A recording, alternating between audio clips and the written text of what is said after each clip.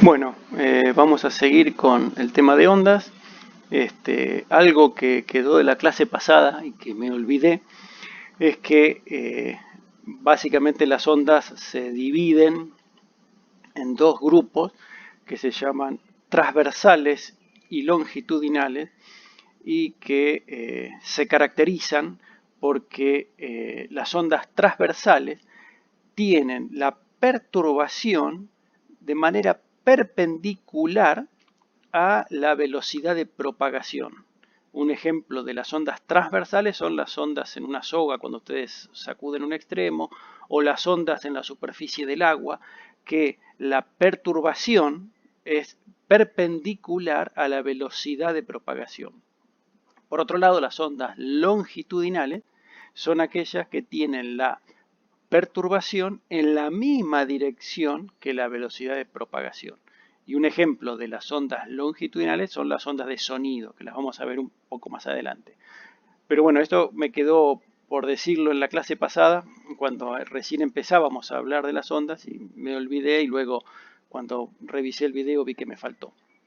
Así que bueno, hecho esta aclaración, que completaría el panorama de lo que vimos en la clase pasada, habíamos visto además que cualquier función cuya dependencia de la variable posición y tiempo sea de la forma x menos b por t o x más b por t, satisface la ecuación de onda, y lo que me está describiendo es una perturbación que viaja o en el sentido positivo del eje X si tengo un signo menos en la velocidad, y en la dirección negativa del eje X si tengo un signo más en la velocidad.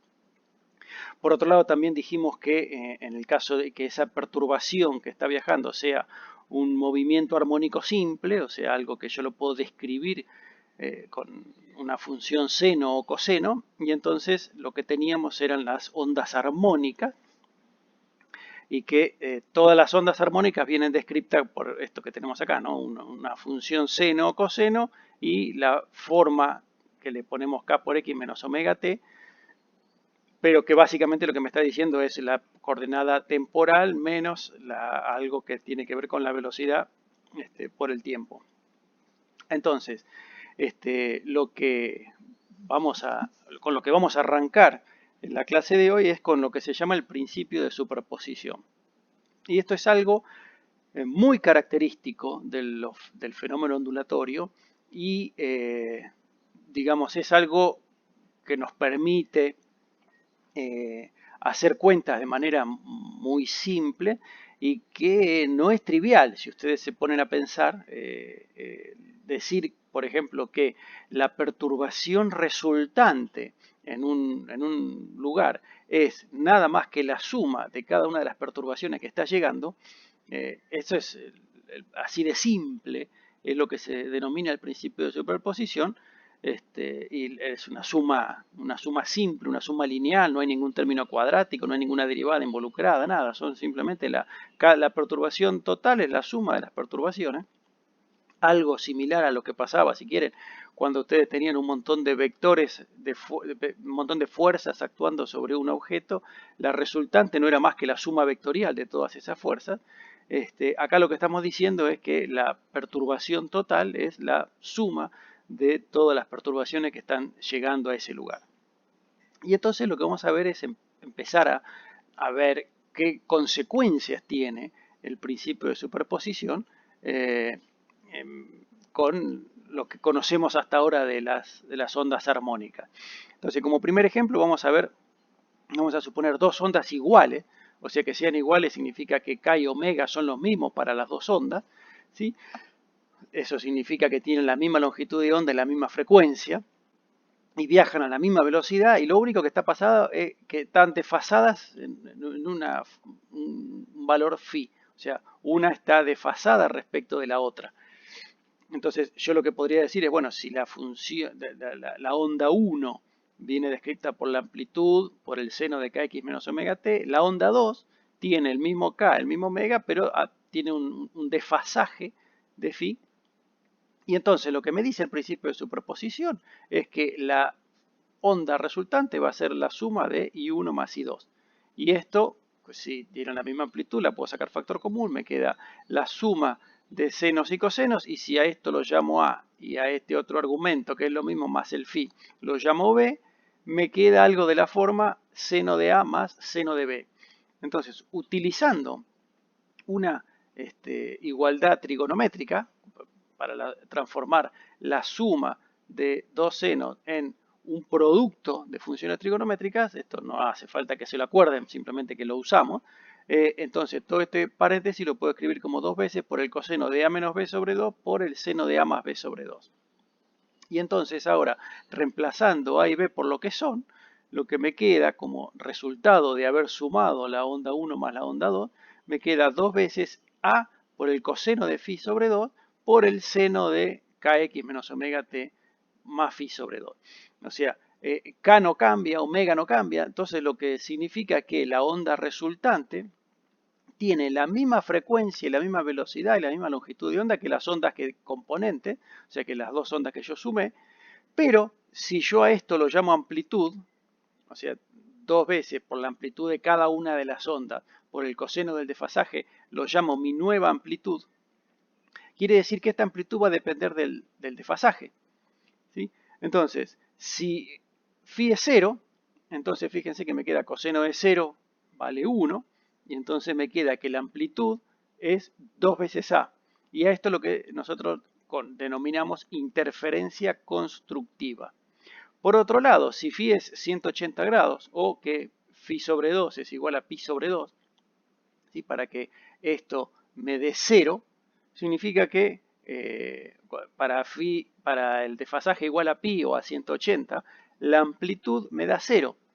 O sea, esto me da 0 y me anula todo el resultado para todo tiempo. O sea, no voy a tener nunca una onda. Y esto es lo que se conoce como interferencia destructiva. ¿Sí? Lo que estoy diciendo es, yo acá tengo la onda 1, que sería esta, la onda 2, que es esta que está acá, o sea, son iguales y tienen desfasaje 0. ¿Sí? Entonces la onda resultante es esta que tiene la misma frecuencia, la misma longitud de onda, pero con la amplitud que en vez de ser A es 2A. Por otro lado, si el desfasaje es pi, lo que tengo, estoy sumando esta onda que está acá con esta otra que tiene justo un desfasaje de pi. Entonces, en todo momento, cuando yo sumo la perturbación, esta va hacia arriba, esta va exactamente igual, y hacia abajo la suma me da 0. Entonces, el resultado es que no estoy teniendo onda. Entonces, eso es lo que se llama interferencia destructiva. Y esto es un fenómeno que ocurre solo en el fenómeno ondulatorio, porque es como si, haciendo una analogía tonta, a ustedes les pegaran una cachetada en cada mejilla y ustedes no sintieran ningún dolor porque se anularan los efectos de cada una de las cachetadas. Eso en la vida real, o para lo que nos sucede a nosotros físicamente, no sucede, no nos está pasando. Pero sí, en el caso del fenómeno ondulatorio, si yo tengo dos perturbaciones que justo están desfasadas en pi, el efecto, o lo que tengo, es que no tengo una perturbación resultante. Acá dice ir a batido, así que batido lo tengo acá abajo, y se trata de lo siguiente. ¿Qué pasa si estoy sumando dos ondas que no están desfasadas, pero que tienen frecuencias muy parecidas? Entonces yo lo que tendría que estar sumando sería la onda 1, la onda 2, de vuelta, tienen la misma amplitud, y entonces lo que estoy escribiendo, lo que estoy sumando, saco factor común, es seno de kx menos omega 1 por t más seno de kx menos omega 2 por t. O sea, omega 1 y omega 2 son las frecuencias de las ondas que son muy parecidas, difieren muy poquito. Entonces, de vuelta, si yo llamo a esto A y a esto B, entonces vuelvo a tener una expresión de la forma seno de A más seno de B, que utilizando la expresión que tenía, la relación trigonométrica que me transforma una suma de senos en un producto de funciones trigonométricas, me queda esto que está acá, pero entonces ahora cuando hago el desarrollo de lo que tengo dentro del paréntesis, me queda algo así, ¿sí? Donde me queda kx menos omega 1 menos omega 2, dividido 2 por el tiempo, y el seno de kx menos omega 1 más omega 2 por el tiempo. Y entonces lo que tenemos acá es, si estas frecuencias son muy parecidas, supongamos 400 y 401, cuando la sumo me da 801, dividido 2 me da 400,05. Quiere decir que si yo tenía 400 y 401, la frecuencia me da 400,05. Este número que aparece acá es muy parecido a cada una de las ondas que están sumándose.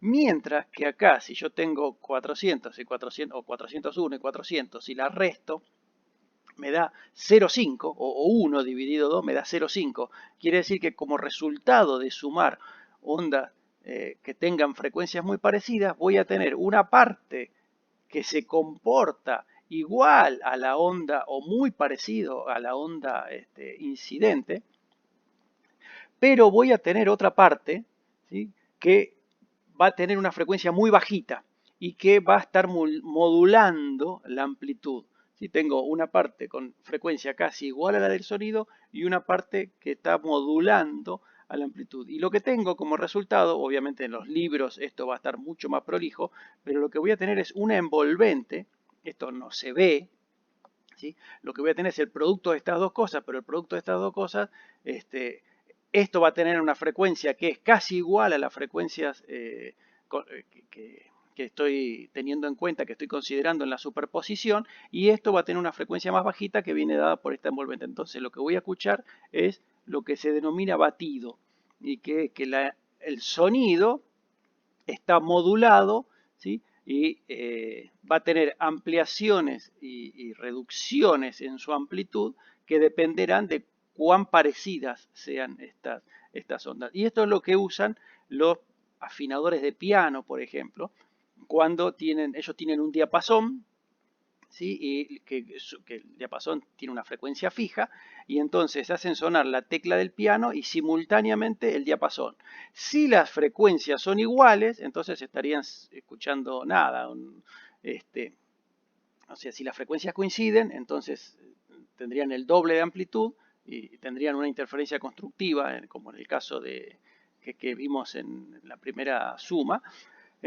Pero si el piano está desafinado y la cuerda tiene una frecuencia levemente distinta, lo que el afinador de piano va a escuchar es un batido que es que es esta variación en la amplitud debido a que la frecuencia del diapasón no, es distinta de la frecuencia de la cuerda. Entonces ahí el afinador tendrá que ajustar o aflojar la cuerda del piano para que desaparezca este fenómeno de batido, y entonces ahí está diciendo que las frecuencias tienen las ondas tienen la misma frecuencia. Entonces,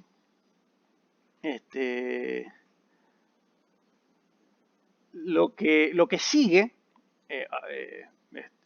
ya vimos el fenómeno de interferencia constructiva y destructiva, vimos el fenómeno de batido, y lo que sigue es lo que llamamos ondas estacionarias, y que entonces esto se aparece si sumamos dos ondas que viajan en sentidos opuestos. O sea, como siempre vamos a suponer ondas iguales, con la misma amplitud, la misma frecuencia, la misma velocidad, ¿sí?, la misma longitud de onda, pero que una va hacia la derecha y la otra va hacia la izquierda. ¿Sí? O sea, una onda que va y una onda que viene. O sea, de vuelta, aplicando el principio de superposición, lo que tengo es que me queda seno de kx menos omega t más seno de kx más omega t, suponiendo que las amplitudes son iguales y le puedo sacar factor común. Y entonces, si a kx lo llamo a y a omega t lo llamo b, lo que estoy teniendo acá es seno de a menos b más seno de a más b.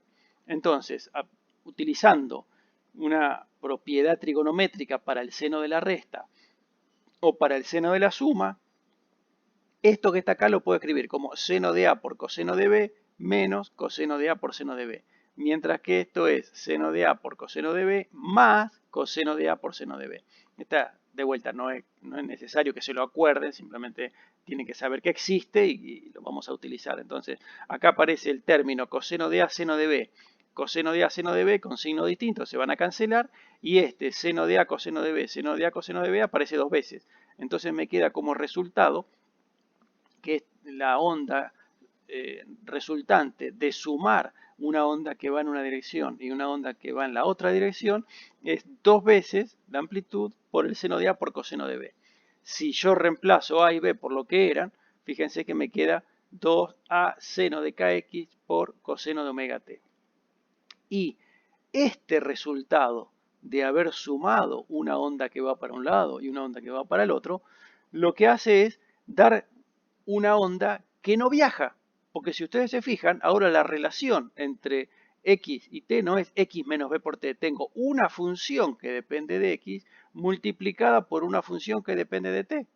Entonces esto no es, si quieren, una onda viajera como las que conocíamos, ¿sí? Que tenían la forma x menos b por t. No hay manera de recuperar, por más que hagamos lo que hagamos con esta onda, no hay manera de recuperar la dependencia funcional entre x y t como x menos b por t. Entonces, por eso es que se llama una onda estacionaria. ¿Por qué? Porque esto tiene que ver con el movimiento armónico simple, coseno de omega t. Esto ya lo sabían de física 1. Mientras que la amplitud es una constante multiplicada por una función que depende de la posición. ¿Sí? Entonces, esta onda estacionaria no viaja y lo que tenemos es que la amplitud depende de la posición. Entonces, lo que nos está dando es que para algunos valores de x, la amplitud será máxima y para otros valores la amplitud será mínima, porque cuando el seno de k por x me dé 0, eso va a ser siempre 0, independientemente de qué valor de t tenga. Y lo mismo acá, cuando seno de k por x sea 1, entonces voy a tener la amplitud va a valer 2a y vendrá modulada por el coseno de omega t, que tendrá su variación con un movimiento armónico simple. Entonces, si estudiamos un poquito los valores para ver para cuándo voy a tener lo que se denominaría un nodo, que es cero amplitud, o un antinodo, que es el lugar donde la amplitud tiene la mayor variación, lo que podemos hacer es analizar que el seno de k por x igual a 0. Entonces, para que el seno sea 0, el argumento tiene que ser un número entero de veces pi. Pero sabemos que k era 2pi sobre lambda.